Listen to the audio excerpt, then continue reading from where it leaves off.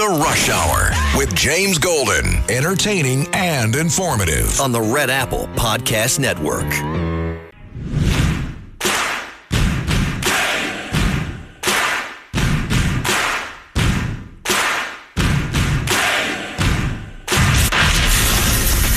Attention Ditto Heads. Attention Bo Scouts. Goes by the pseudonym Bo Snerdley. It's time for the soul of excellence. He is a radio host here in New York. The Rush Hour is on the air. Rush. Now here's James Golden. Your openness to talk to the American people, as I said in introducing you, you and I go back over a quarter century. Yeah. And if there's anyone that has had open communication, is you and I. Mm-hmm. So are you going to run again in 28? So, okay, I tried to be subtle, but I just figured I'd go right well, at it. That's as subtle as Reverend Al Sharpton could ever be. We love you for many things, but not being subtle. Listen, I might. I'm thinking about it.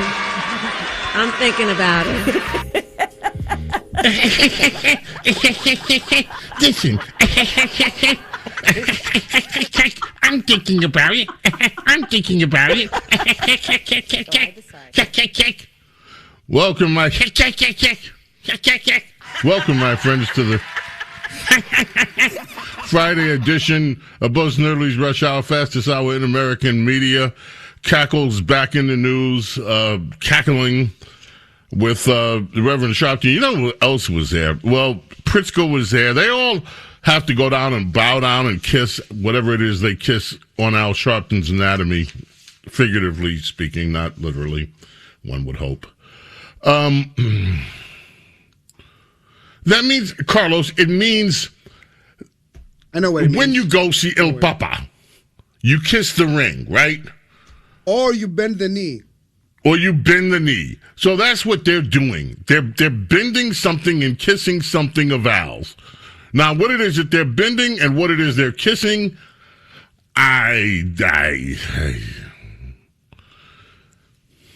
but they're there, kissing his whatever they're kissing. And the National Action Network. Who would ever thought it that you could commit one of the biggest frauds in American history? I'm talking about the Tawana Brawley fraud. End up with a show on television and then have politicians just bending over and kissing parts of your... He's led a charmed life, that Al Sharpton has, Reverend Al Sharpton. And you know what? I met Al Sharpton once or twice, and I'm not going to say anything, when I met him and spoke with him, he was a gentleman. And we talked, I think, maybe 2 or 3 times over my entire career. I think but he's been nothing but a gentleman. Even though I disagree with a lot of his takes. And some things he says over the years I've agreed with.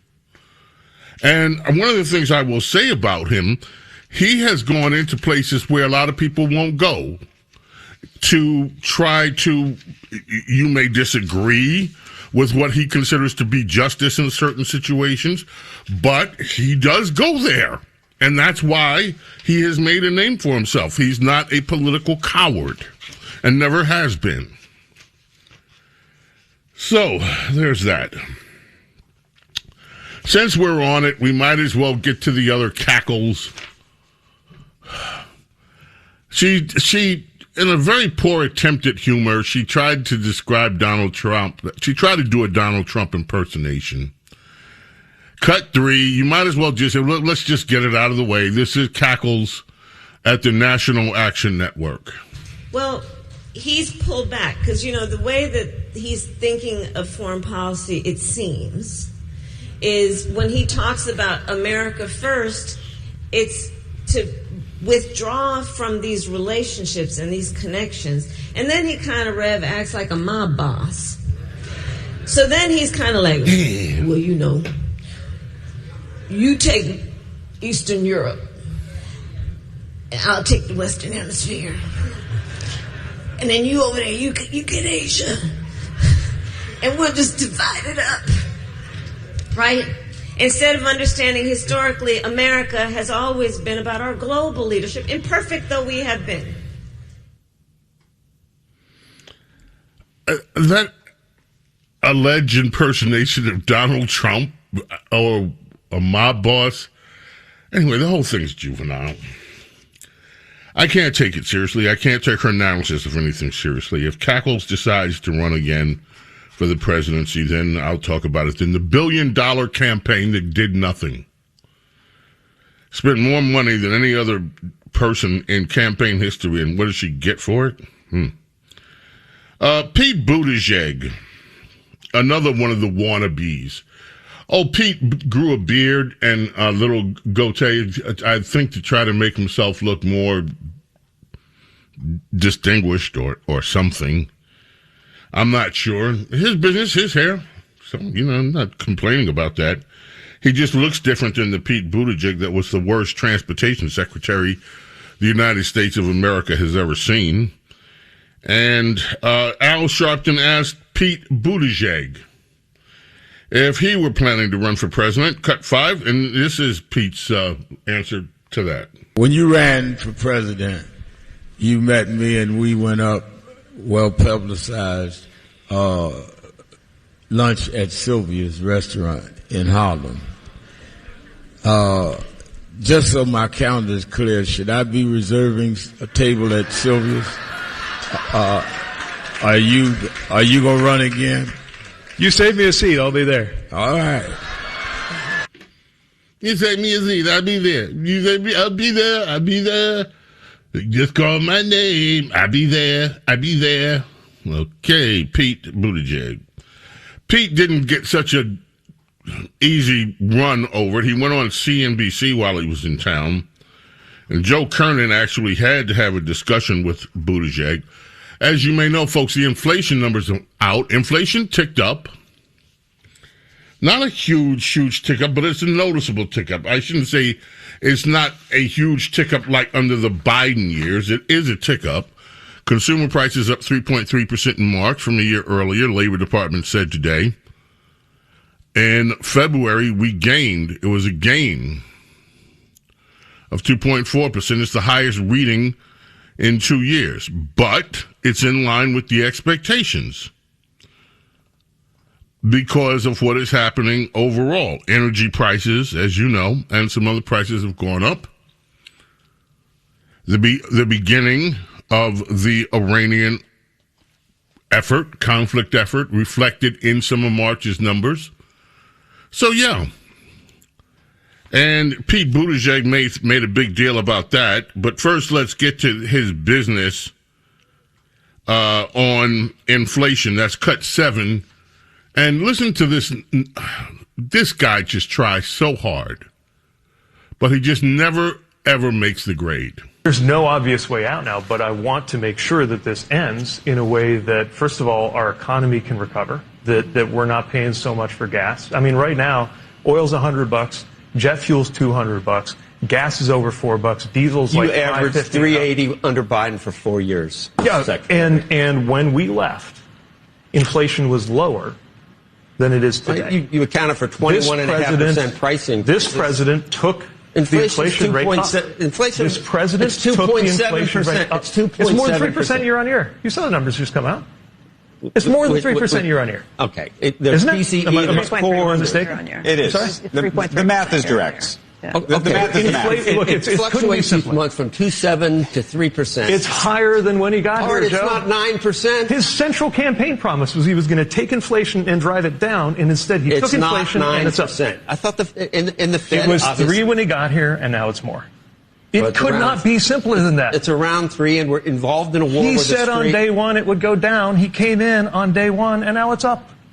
It's up to 3%. It was 21.5% price he promised increases it would go over down 4 years. Over 4 years, it was 21.5%. He promised it would go down. Democrats own the affordability crisis. Listen to me.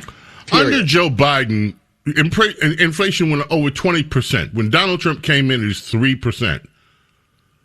Right now, it is 3.3%. And that 3%, by the way, doesn't mean that all the inflation that took place before was wiped out. No, that's the rate it was climbing still after a 19% jump by Joe Biden.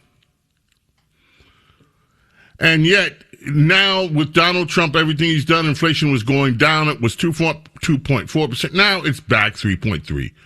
So 0.3 higher than he started. And that's because of what's taking place in Iran. Ultimately, when that gets resolved, those numbers are going to go back down. And here's Pete Buttigieg acting like it's the worst. The guy that presided over the highest inflation growth in modern times. It's stunning. Okay, one last thing from Buttigieg. On the American war, making the claim Pete Buttigieg does, like many Democrats, that now America is a weaker nation because we have done so much to bring Iran to a state that they have not been since the Iran, quote-unquote, revolution began. Yes, I'm sorry, that's cut 6. And last year, the president assured us that he ended their nuclear ambitions. If he wants to come clean with the American people that he failed to do that, then he has to say that before he launches a war. Democrats at that time said, no, you haven't. And then you haven't. Clearly he hadn't. Yeah. Clearly that he hadn't. So then we needed to go back and take care of it, unless you really think it's okay for Iran to have a nuclear weapon. But again, they don't have a nuclear weapon. They weren't about to get a nuclear weapon. How do you know? Why do you keep saying they weren't about to go? Steve Witkoff said they had enough fissible material for 11 bombs. So are you acknowledging the president lied when he said that their program was obliterated? No one knew what happened at Fort. Either he didn't know or he was lying. Okay. Which is it? Is that really the point? Whether or not the point isn't my neighbors in Michigan are paying more for gas. Whether or not he knew it was obliterated or not is not the point. If it wasn't obliterated, then you have to do something. You can't go back and say, well, you lied about this, so that we can't actually do what we need to do. Joe, America is weaker because the president launched this war. That's your opinion. That's not. No, but it's clear, and I'll tell you why. Because we had when the Trump, Secretary of NATO say the world is a safe place. That's all we need to hear. America is weaker. Folks, do you honestly believe that with the progress that has been made on reining Iran in, do you believe, Pete Buttigieg, that America is weaker today? Do you believe this? From the man who presided over thousands upon thousands upon thousands upon thousands of people driving on your highways, unable to speak English, crashing into people, killing people, and yet he has the nerve to sit and say that America today is weaker, given all that we have done, this nation and Israel, to defang Iran. It is still in progress. But according to Pete Buttigieg, we are a weaker today. He's not the only one saying this, by the way. This guy was the most incompetent transportation secretary we have ever had, to my knowledge. Total incompetence at the transportation department. And now he's claiming to be some kind of foreign policy expert? America's weaker today. James Golden Snerdley coming back in just a moment. Do not give away. Rush. This is The Rush Hour with James Golden. Bo Snerdley.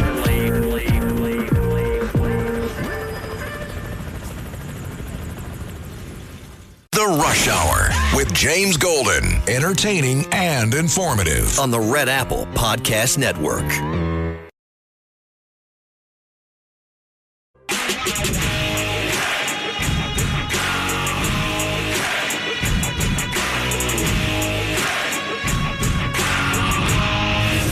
James Golden, known popularly as Bo Snerdley. This is The Rush Hour with James Golden. Rush. A 2-week ceasefire is not sufficient. We need a permanent end to Donald Trump's costly and reckless war of choice. And House Democrats are committed to bringing about that outcome. Why does he always talk like he is having a struggle to finish a sentence? Why, whenever you hear Hakeem Jeffries talk, do we have to wait for an entire sentence to go by, usually a long time, before we understand what the reckless point is that he is trying to make? That is what I want to know. Every single time that I play Yes, Carlos, do you have a question? I think he's trying to mimic Barack Obama.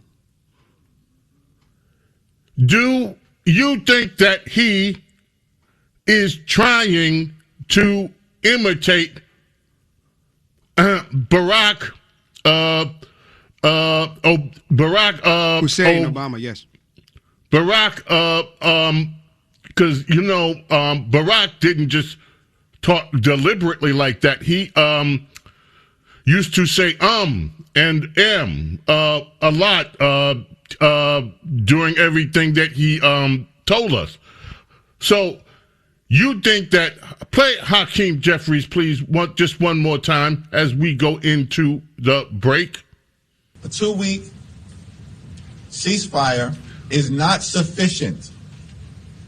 We need a permanent end to Donald Trump's costly and reckless so Carlos may be right.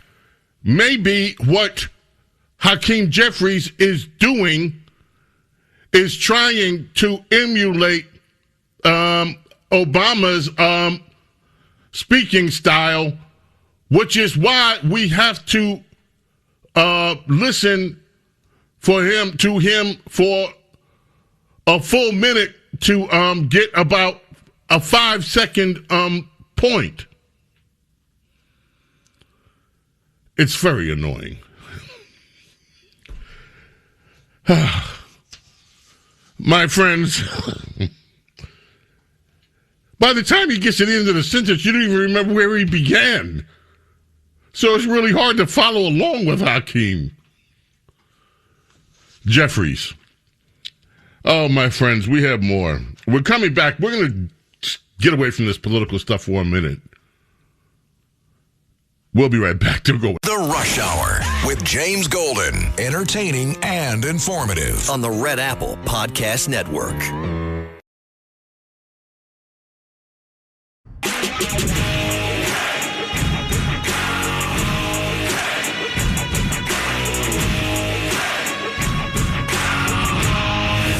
James Golden, known popularly as Bo Snerdley. This is The Rush Hour with James Golden. Rush. With us right now is our astronomer, the official astronomer of Bo Snerdley's Rush Hour and the Saturday Extravaganza. Gary Swangin is with us. Gary is in parts elsewhere, but we can hear him, and thank you for making yourself available, Gary. We talked last when Artemis was about to go off. It's now about to come home. Little Canadian accent there.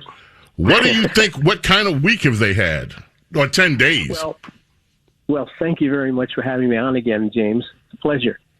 They've had an interesting week. You know, I've been trying to clock this thing in terms of events, records being set and broken. And it's so exciting. And it makes it, you know, as a spectator, so to speak, it's so good to be alive, you know. It's so much fun. So I think one of the biggest highlights that I saw, well, there are a few. First of all, I think one of the most touching things, the report of the naming of one of the craters for one of the astronauts' wives who had passed away. It was just beautifully touching the way that they did that. Being able to see pictures of the far side of the moon, known to some of us prior to your correction, the dark side of the moon. No, it's the far side of the moon, people. And those photographs are simply stunning and amazing. We have never seen that before. Yeah, you're absolutely right about that. You know, all the other pictures or images that we've gathered from the moon were taken either at very close range, like in the Apollo space program, which did not allow you to see the entire surface of the far side of the moon. And secondly, anything else was done robotically. So these were very special images. And boy, it was not only touching. I mean, it just, I don't know. I mean, I don't know how the rest of people felt about it. But it was just breathtaking. Now, here is what surprised me. And let me see.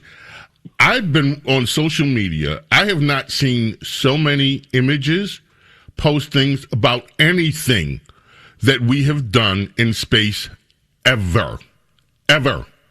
Because, of course, when the Apollo missions were going, social media was still decades away. So to see images and to see, and NASA has been taking advantage of that by publishing images of Jupiter that have been never before seen and just incredibly beautiful, of Saturn, of the other. So they're just like, hey, we have everybody's attention. Let's show them the beauty of this creation. And that has just been incredibly inspiring to see.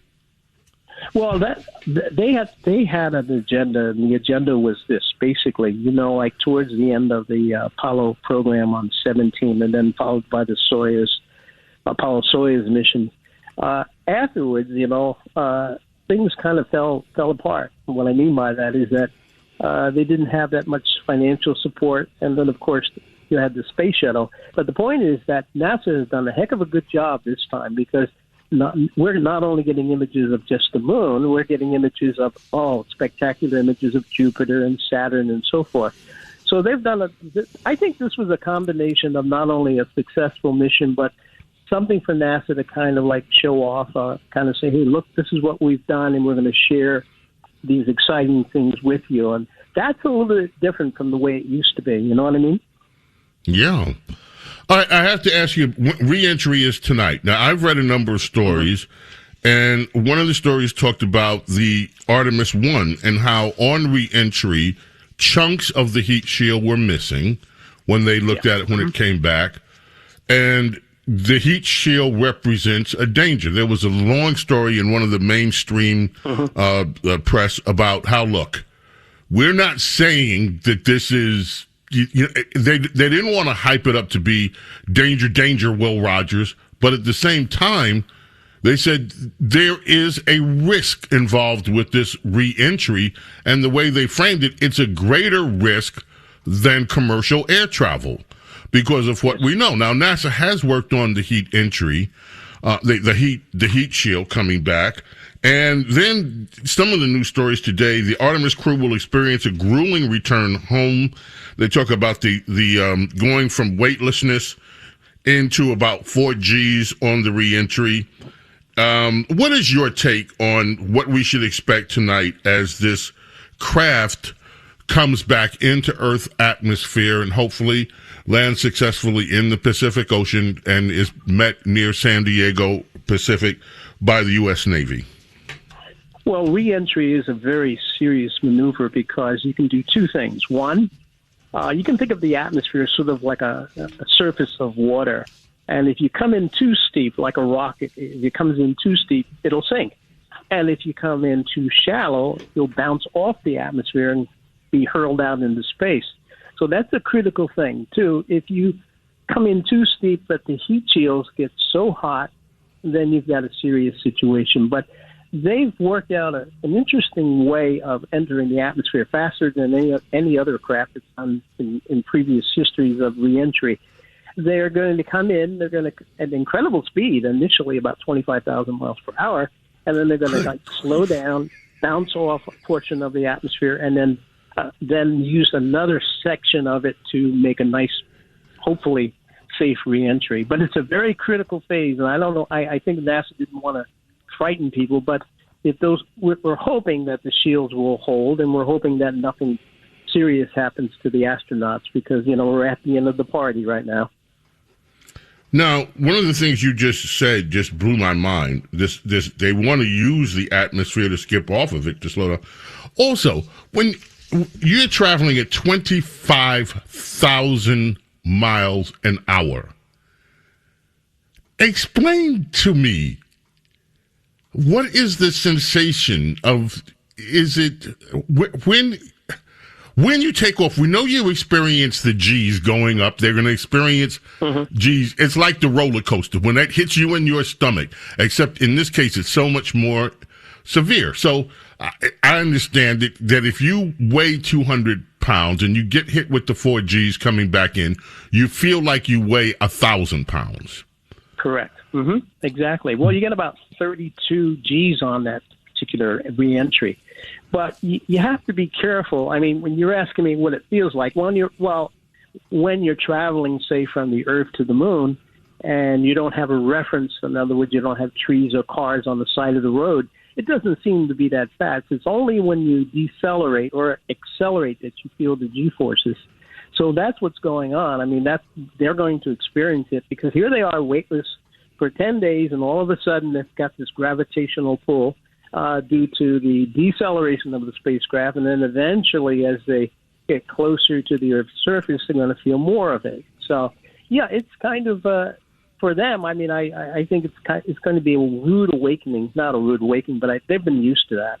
But it's going to be a different experience. But this particular mission, they're coming into the Earth's atmosphere at a higher velocity than, I don't want to sound too technical, but a higher velocity than previous spacecraft. So this is kind of like and NASA is doing this because they want to do this to see what would happen if they had larger spacecraft entering the atmosphere of the Earth. So it's a test thing at the same time. It's not just like, well, okay, let's get quickly down to Earth. It's a test thing we're going down. And it's like the culmination of all the testing over the past 10 years. I mean, rather 10 days. The 10 days that we've been testing the spacecraft, now this is the last one. Okay.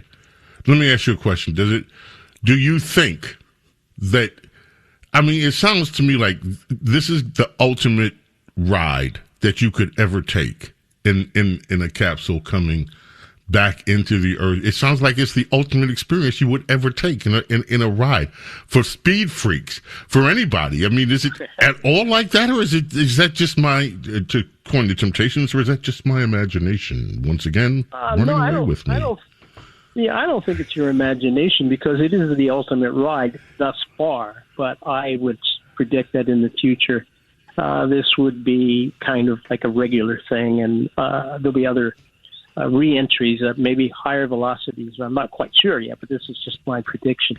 But, you and we've never done this before, and I'm sure the listeners out there, they've never done this before. So, yes, it would be an ultimate ride, but it's an exciting ride. It's an exciting experience, and it really makes me feel I'm glad I'm alive to look at this stuff. Me too. These images that have come back, Gary, I look at these images, and the only thing I think the most is how beautiful God's creation is, how incredibly and how little we truly understand about God's creation. That's what comes to my mind.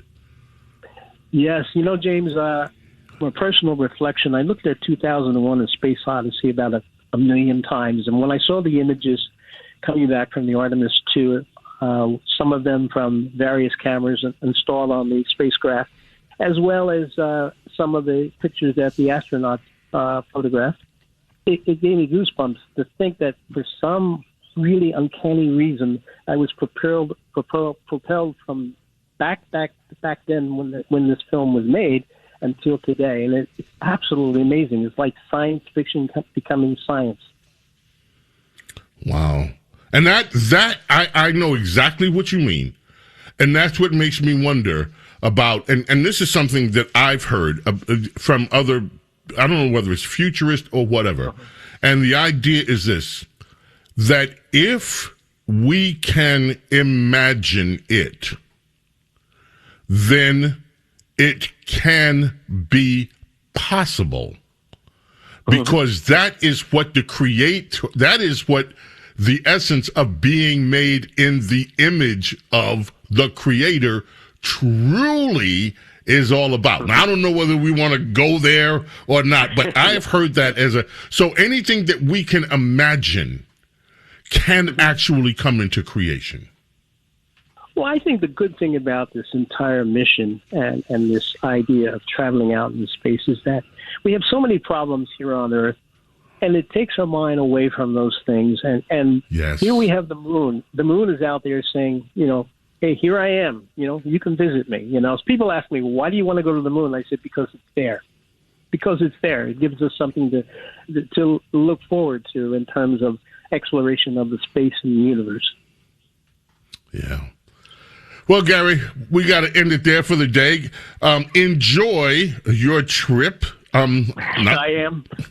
Okay, and when we are going to do a podcast soon, I can't wait to do a debrief on this entire mission. Our prayers and our prayers are for a safe return of our brave astronaut. And let me tell you something. That's the other thing. These people may think it doesn't take bravery. What they're doing takes courage to do. And what they have done takes courage. These astronauts come back being the farthest away from Earth in terms of distance than any human beings have ever been, at least while they're living in the human bodies. Absolutely. What they've done is incredible. Absolutely, and I agree with you wholeheartedly, James. All right, Gary is going to come out. He's our astronomer, folks. I'm so happy he's here. Gary, thank you so much. We appreciate you. We love you. Talk to you soon. Okay, thank you very much, and clear skies, James. Clear skies to you, my friend. We'll be right back. Don't go away. Rush. This is The Rush Hour with James Golden. Bo Snerdley.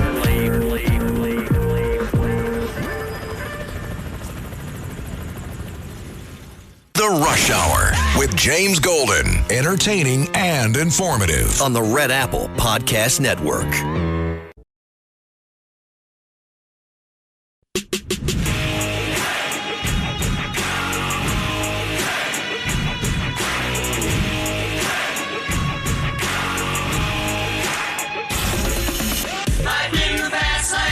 It's The Rush Hour with James Golden. Goes by the pseudonym Bo Snerdley. Rush. Now, here's James Golden. Ladies and gentlemen, as you may know, the president last night went off on some people that you know. Some of the people mentioned by the president in a True Social post: Megyn Kelly, Tucker Carlson, Candace Owens, Alex Jones. And the Trump reaction to them was discussed on CNN with one of my favorite commentators ever, and that would be Scott Jennings. This is that discussion. I mean, we're treating Alex Jones like a credible voice here. We're treating Tucker Carlson like a credible voice. I don't consider Alex Jones a credible voice, but there are people you travel the country and talk to Trump voters who do. Okay, so let's just say you're right, and some people listen to them. Who do you think they listen to more? Those people or President Donald Trump? I know what the polling says, and I know what my instincts tell me is that Donald Trump runs the party, he runs the country, not the podcasters. They're welcome to have opinions, and I don't begrudge anybody having an opinion, and you could have a different opinion than Donald Trump. But I know who has more influence over the Republican Party and the conservative movement, and there's no doubt about it, and there has never been any doubt about it, really, all that much for the last 10 years. So their opinions are fine, but the person in charge right now was in charge, is in charge, and will be in charge until he leaves office. Mike Cernovich, another MAGA influencer, one of the most popular on X, tweeted today, Trump ran on idealism. Good people trusted him. They feel deeply betrayed. I hear it every day. Just another lonely voice to you? Or Well, look, okay, I can also play I hear people saying every day that this is exactly what they voted for. They voted for a commander-in-chief to restore American strength on the world stage. They voted for a commander-in-chief to keep Iran from getting a nuclear weapon. They voted for a commander-in-chief who would do what the 7 previous presidents would not do, and that's deal with these people with a firm hand. So I hear things too. And again, everybody's welcome to an opinion. I don't begrudge anybody their opinion.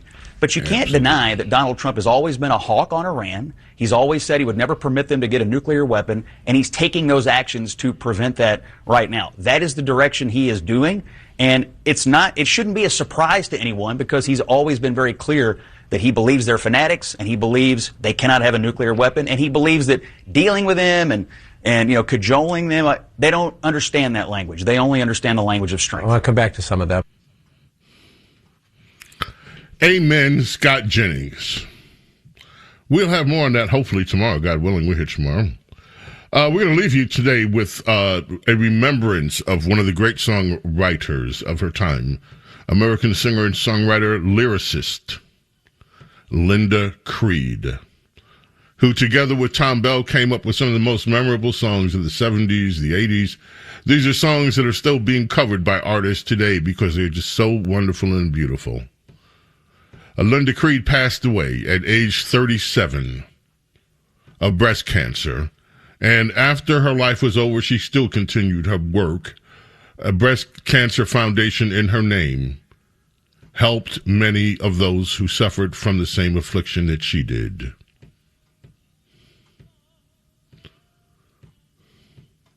She kept working through her breast cancer. One of her songs that you all know, The Greatest Love of All, recorded by Whitney Houston, recorded by George Benson, so many others. Anyway, these are Linda Creed, Tom Bell songs. May God bless, protect each and every single one of you, your family, your loved ones. Love and gratitude for your being here today, my friends. God willing, back tomorrow, early Saturday morning. Hopefully we'll see you for the Saturday morning extravaganza. Until then, I bid you adieu. I love you. Bye. Thanks for listening to Bo Snerdley's Rush Hour. You can hear Bo Snerdley's Rush Hour weekdays at 4 on 77 WABC. If you like the podcast, share it with your friends and listen anytime at WABCRadio.com and download the WABC Radio app. Hit that subscribe button on all major podcast platforms. Plus, follow WABC on social on Instagram, TikTok, Facebook, and X. See you next time for a new episode so you never have to wonder. What the heck is going on here?